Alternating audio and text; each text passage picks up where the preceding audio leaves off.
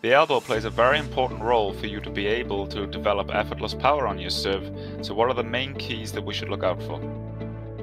Hey guys, this is James from the OTI coaching team. So let's take a look at Roger Federer here. And if I pause it at this frame right here, you're going to see that he has now got this alignment between his shoulders and his elbow. See how I can pretty much draw a straight line right there. Now the next thing you're going to see is that his elbow is around shoulder level, as we can see there. Now the commonality we see with club players is they have one of two problems. The first problem we see is when the elbow is too low and close to the body. And the second problem we see is when the elbow raises above shoulder level to around about this position right here. Now you really want to avoid both of these problems, since it's going to destroy your chances to be able to execute the other key components on the serve. So you want to focus on getting into this position here where the elbow is approximately just below shoulder level. Okay, so now from this position, what you're going to see is that now Roger initiates the right to left by bending from the elbow. But what I want you to pay close attention to is how the elbow will remain approximately in this position right here.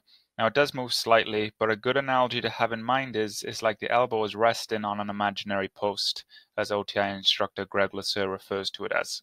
And as we can see, it remains roughly in that position until he completes the right part of the right to left. And now when the racket is approximately in this position where it's just above his head, you're going to see that now the tip of his racket begins to drop down and away from his body. And when this happens, his elbow now comes around and leads to contact. Take a look at this movement. See how now the elbow begins to come around and leads up to contact. Take a look at that one more time. So when the racket is approximately above his head, tip of the racket now drops down and away from his body. And as that happens, the elbow now comes around and leads up to contact.